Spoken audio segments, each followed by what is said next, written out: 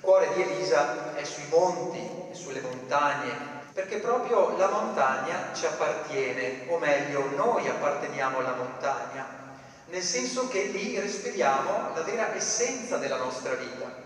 Guarda il cielo, conta le stelle, guarda l'orizzonte, tu appartieni a questo.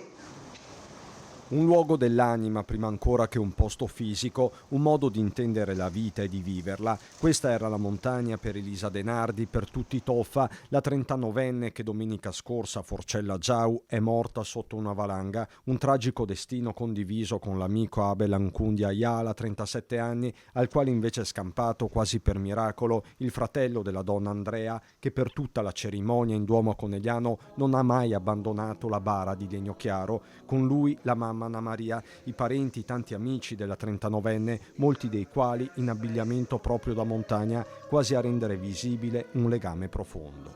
Era una ragazza forte, energica, piena di vita, e la sua morte rappresenta per noi la valanga, perché se quella valanga ha tolto la vita di Elisa, ora la morte di Elisa è una valanga su tutti noi.